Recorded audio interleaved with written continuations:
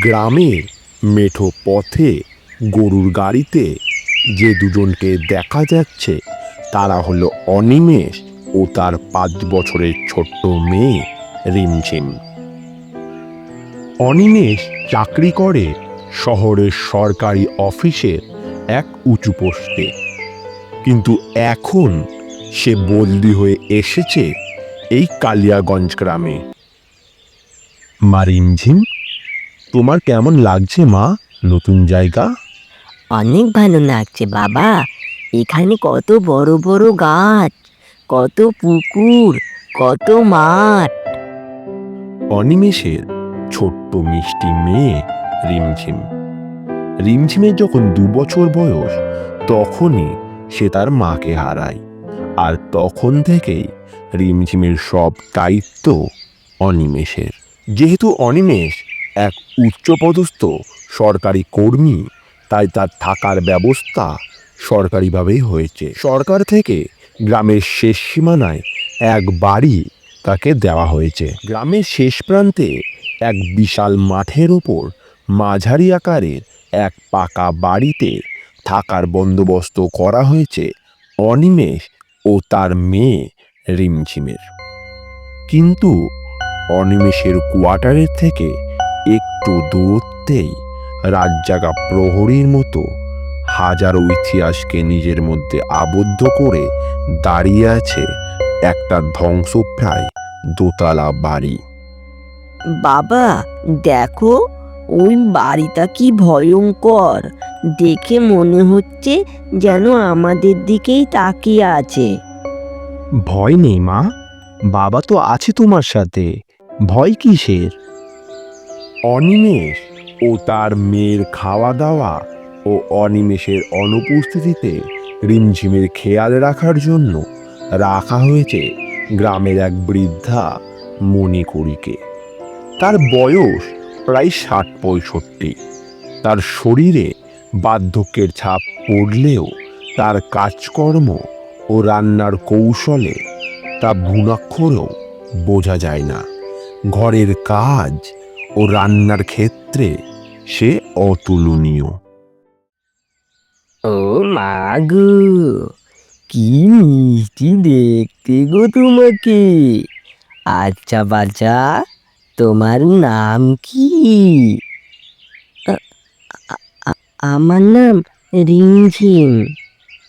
বাবা বাবা বা, যেমন মিষ্টি তুমি দেখতে, তেমনই মিষ্টি তোমার নাম। কিছু সময়ের মধ্যেই যেন রিমঝিম মণিখুড়ির বন্ধুর মতো হয়ে যায়, এবং মণিখুড়ির রিমঝিমের প্রতি এমন স্নেহপরায়ণ ব্যবহার দেখে অনিমেষও চিন্তামুক্ত হয়।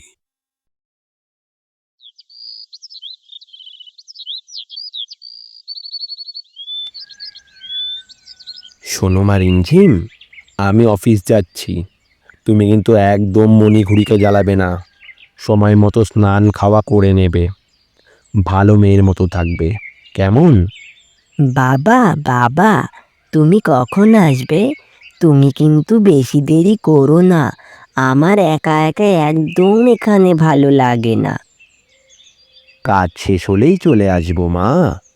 আর তুমি এখানে একা কোথায়?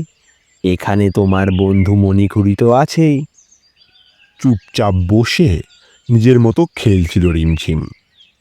শোনো দিদিমণি, তুমি এইখানে চুপটি করে বসো, খেলা করো, আমি তোমার খাবারটা বানিয়ে আনছি।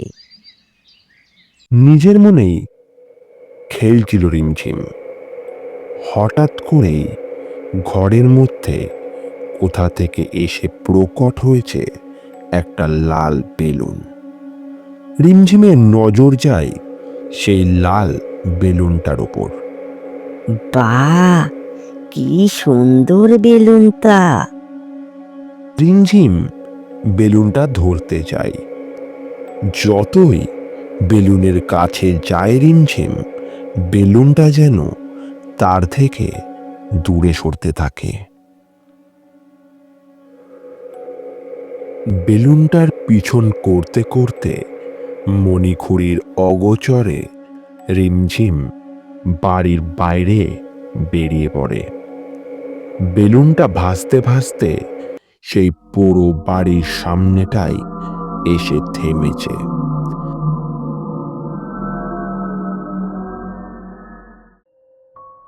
রিমঝিম দেখে বেলুনটা হাওয়ায় ভাসতে ভাসতে সেই পুরো বাড়ির ভেতরে ঢুকে পড়ে।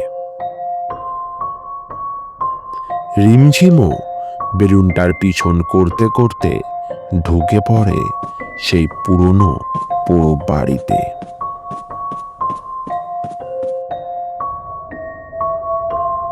বাড়ির ভেতরে ঢুকে রিমঝিম দেখে ঘরের ঠিক কোণ করে পিছন ঘুরে দাঁড়িয়ে আছে ঠিক তার বয়সী একটা ছেলে। রিমঝিম ভয় পায় এবং কাঁপা কাঁপা গলায় বলতে থাকে, তুমি কে? তু- তুমিও কি আ- আ- আমার মতো ওই বেলুন নিতে এসেছো? ধীর পায়ে রিমঝিম ওই ছেলেটার দিকে এগোতে থাকে। হঠাৎ করে ঘুরে দাঁড়ায় ছেলেটা। সঙ্গে সঙ্গে রিমঝিম দেখতে পায় তার ক্ষত বিক্ষত রক্তাক্ত ফ্যাকাশে শরীরটা। এই ভয়ঙ্কর শরীরের মধ্যে সবচেয়ে আকর্ষণীয় হলো তার দুটো চোখ। সেই চোখ দুটো যেন কিছু বলতে চায়। আশ্চর্যের বিষয় হলো সেই ছোট্ট ছেলেটার সেই ক্ষত বিক্ষত শরীর দেখেও একটুও ভয় পায় না রিমঝিম। এইদিকে মণিখুড়ি ঘরে এসে দেখে রিমঝিম ঘরে নেই। মণিখুড়ি জোরে জোরে রিমঝিমের নাম ধরে তাকে ডাকতে থাকে ও তাকে এদিক ওদিক খুঁজতে থাকে। এরই মধ্যে আজ কাজের চাপ কম থাকায় অনেক আগেই বাড়ি ফেরে অনিমেষ। বাড়ি ফিরে অনিমেষ দেখে মণিখুড়িকে বড় অস্থির দেখাচ্ছে, আর এদিকে রিমঝিমকেও কোথাও দেখা যাচ্ছে না। আচ্ছা, তুমিও কি আ- আ- আমার মতো সেই লাল বেলুনটা নিতে এসেছো? আ- আ- আচ্ছা, তোমার কিভাবে এত ব্যথা লেগেছে ব- বলো তো। কি কি কিছু তো বলো। তু- তুমি কি কথা বলতে পারো না? আ- আ- আচ্ছা, তুমি তুমি আমার সাথে আমার বাড়ি চলো। এই সামনেই আমার বাড়ি। আমার সাথে আমার বাড়ি গেলে দেখবে মণিখুড়ি তোমাকে তোমার ব্যথা জায়গায় ওষুধ লাগিয়ে দেবে। মণিখুড়ি অনেক ভালো, জানো? ওরে বাবা, কিছু তো বলো না। তুমি কিছু বলছো না, আমার সাথে আমার বাড়ি যাচ্ছ।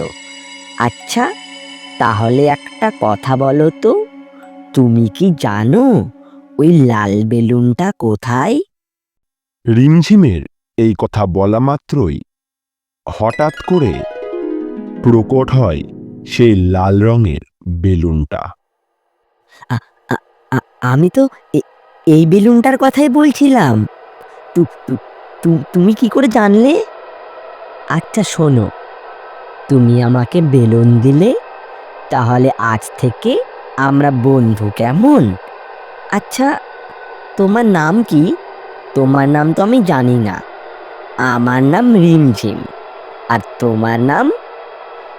এই কথা বলা মাত্রই ঘরের দেওয়ালে ফুটে ওঠে ছেলেটির নাম। ও ও ও ও দাদা, বা- বা- বাবু গো, রিমঝিমকে কোথাও পাচ্ছি না তো। আ- আমি ওর খাবার বানাচ্ছিলাম রান্নাঘরে। রান্নাঘর থেকে এসে দেখি ও তো আর ঘরে নেই। আচ্ছা, থামো থামো। আচ্ছা, তুমি বলো তো, তুমি কি সব জায়গায় ওকে ভালো মতো খুঁজেছো? হ্যাঁ গো দাদা বাবু, সত্যি বলছি। আ- আ- আমি সব জায়গায় খুঁজেছি, কি- কিন্তু রিমঝিম কোথাও নেই। আচ্ছা, তুমি তুমি দাঁড়াও, আমি একবার বাইরেটা দেখে আসি।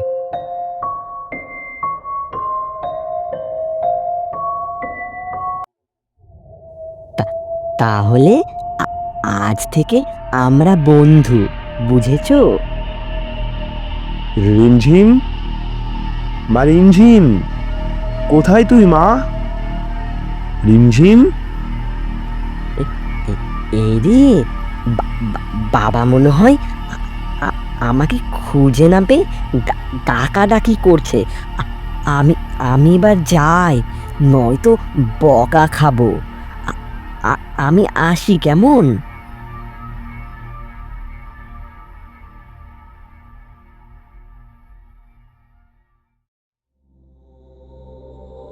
অনিমেষ দেখে সেই পুরো বাড়ির থেকে বেরোচ্ছে রিমঝিম। অনিমেষ দেখে রিমঝিমের হাতে একটা লাল বেলুন। কোথায় গিয়েছিলে? আমি বলেছিলাম না একদম বদমাশি নয়। আর তুমি মণিখুড়িকে না বলে কেন বাড়ির বাইরে বেরিয়েছো? আর এই লাল বেলুন তোমায় কে দিয়েছে? বাবা, এটা তো আমাকে আমার বন্ধু রবি দিয়েছে। ওই পুরনো বাড়িটাই থাকে। বাবা, ও খুব ভালো, জানো। বদমাস মেয়ে, বদমাশি করে এখন আমার বাবাকে ভুলভাল গল্প শোনানো হচ্ছে। চলো তাড়াতাড়ি বাড়ি, ওইদিকে মণিখুড়ি আমাদের জন্য অপেক্ষা করছে।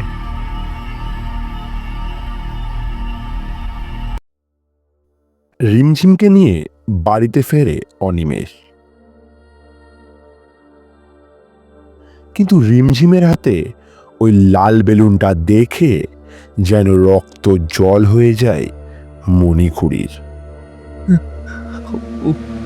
ও দিদি, মনি গো, ওই লাল বেলুন তুমি কোথায় পেলে গো? ওই তো, ওই পুরনো বাড়ি থেকে আমাকে আমার বন্ধু রবি দিয়েছে, জানো। ও অনেক ভালো। রিমঝিমের মুখে এই নামটা শুনে যেন মুখ ফ্যাকাশে হয়ে যায় মণিখুড়ির। তিনি সঙ্গে সঙ্গে বলেন, ও দিদিমণি, ও বেলুন তুমি ফেলে দাও গো। ওটা ঘরে রেখো না। ও বড় অশুভ জিনিস। ফেলে দাও গো, ফেলে দাও। না, আমি ফেলবো না। ওটা আমাকে আমার বন্ধু দিয়েছে, আমি কোনো মতেই ফেলবো না। রিমঝিম, চুপচাপ ঘরে যাও, আবার বড়দের মুখে মুখে কথা। ও দাদা বাবু গো, তুমি ওই বেলুন রিমঝিম দিদিমণির কাছ থেকে নিয়ে নাও গো। ওই বেলুন মহা বিপদ ডেকে আনবে। আহা, তুমি একটা বেলুন নিয়ে কি শুরু করেছো দেখি মণিখুড়ি। ও একটা বাচ্চা মেয়ে, কিভাবে না কিভাবে ওই বেলুন পেয়েছে তা নিয়ে চিন্তার কিছু নেই। কিন্তু দাদা বাবু, ওই নাম তো রিমঝিম দিদিমণির জানার কথা নয়, বলো। তাহলে সেই নাম কিভাবে জানলো? তুমিও না মণিখুড়ি খুব বেশি চিন্তা করো। ও একটা বাচ্চা মেয়ে, কি বলতে না কি বলেছে মন থেকে, আর তুমি ওর কথা নিয়ে বসে আছো। কিন্তু দাদাবাবু, ওই নাম রিমঝিম দিদিমণির জানা কোনোভাবেই সম্ভব নয়। কারণ ওই নাম এই গ্রামে কেউ নেয় না গো, কেউ নেয় না। আচ্ছা, আমাকে একটা কথা বলো তো, কি আছে ওই নামে? কেন এত ভয় গ্রামের মানুষের? মণিখুড়ি অবশেষে অনিমেষকে সেই ঘটনার কথা বলতে থাকেন। এই ঘটনা আজ থেকে 15 বছর আগে। আজ যে বাড়িটা পোড়ো অবস্থায় পড়ে আছে, আজ থেকে ঠিক 15 বছর আগে সেখানে থাকতো একটা ফুটফুটে পরিবার, রবি ও রবির মা বাবা। রবির বয়স ছিল 6, আর রবি সব থেকে পছন্দের ছিল একটা লাল বেলুন। ও সারাদিন ওই বেলুনটা নিয়ে খেলা করত। রবি ছেলে হিসাবে ছিল খুবই ভদ্র ও নম্র, কিন্তু কি জানি সেই ফুটফুটে ছেলেটার উপর কার নজর পড়ল। একদিন সকালে রবির মা রান্না করছিল, ও রবি নিজের মতো ঘরে বসে খেলা করছিল। তার মা উনুনে রান্না বসিয়ে কোনো কারণবশত বাইরে যায়, আর হঠাৎ করে গ্যাসে ধরে যায় আগুন। গ্যাস থেকে আস্তে আস্তে সম্পূর্ণ বাড়িতে দেখতে দেখতে চোখের সামনে শেষ হয়ে যায় একটা ফুটফুটে প্রাণ। রবির মারা যাওয়ার পরে তার মা যেন কেমন পাগলের মতো হয়ে যায়। তারপর রবির বাবা তার মাকে নিয়ে এই গ্রাম ছেড়ে চলে যায়। কিন্তু তারপর থেকেই শুরু হয় গ্রামে এক ভয়ঙ্কর ঘটনা। পথ চলতির লোক যখনই সেই পুরো বাড়ির কাছ দিয়ে যেত, তারা নাকি প্রায় দেখতে পেত রবির প্রেতাত্মাকে।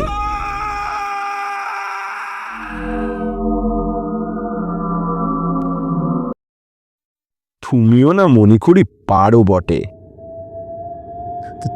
তোমরা পড়ালেখা জানা শহরের মানুষ, তাই তোমরা বিশ্বাস করো না। কিন্তু ওই বাড়ি একদম ভালো না গো দাদাবাবু। তুমি রিমঝিম দিদিমণির কাছ থেকে বেলুনটা নিয়ে নাও। ওটা ওটা তার কাছে রাখতে দিও না গো, রাখতে দিও না। আচ্ছা মণিখুড়ি, আচ্ছা, আমি দেখছি। তবে তুমি এই সব গল্প রিমঝিমকে বলো না, ও কিন্তু ভয় পাবে। এই ঘটনার কিছুদিন পর থেকেই রিমঝিমের ব্যবহারে আস্তে আস্তে পরিবর্তন আসতে থাকে। সে এখন আর কারোর সাথেই তেমন কথা বলে না। সারাদিন ঘরে বসে থাকে সে লাল বেলুনটা নিয়ে, আর কার সাথে যেন সারাদিন নিজের মনেই কথা বলে যায়। অনিমেষ বেশ কিছুদিন রিমঝিমের এইরূপ আচরণ লক্ষ্য করছিল, কিন্তু বাচ্চা মেয়ের খামখেয়ালিপনা বলে সে অতটা গ্রাহ্য করেনি। কিন্তু একদিন রাতে অনিমেষ দেখে রিমঝিম তার ঘরে বসে যেন কার সাথে খেলছে ও হেসে হেসে কথা বলছে। কিন্তু আশ্চর্যের বিষয় হলো, সারা বাড়িতে অনিমেষ ও রিমঝিম ছাড়া আর কেউ নেই। মণিখুড়ি কখনই রাতের রান্না করে তার নিজের বাড়ি চলে গিয়েছে। অনিমেষ হঠাৎ করেই ঘরে ঢোকে।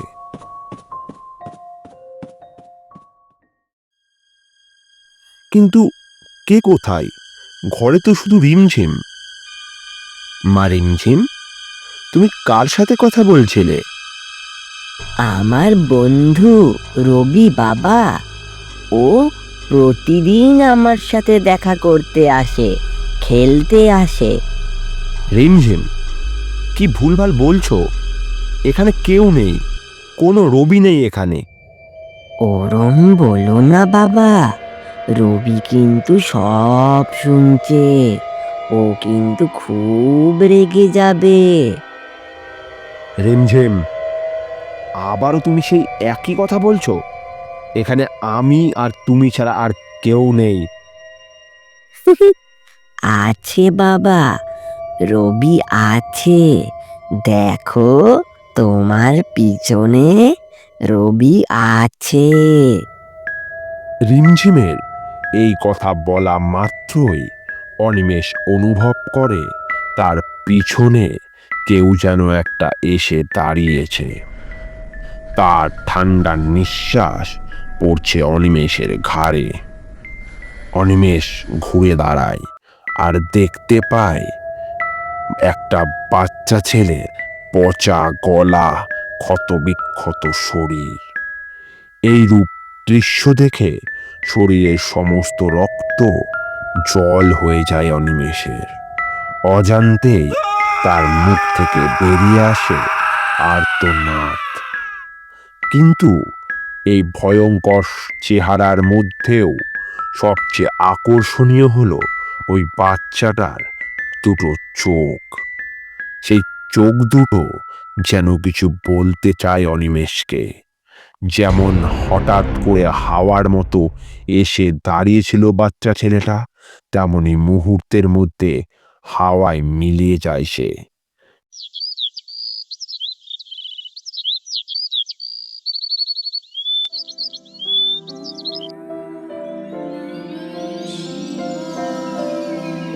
আমি জানি রবি, আমি জানি তুই এখন শান্তি চাস, যেটার জন্য তুই এত বছর ধরে এই পুরো বাড়িতে আটকে আছিস।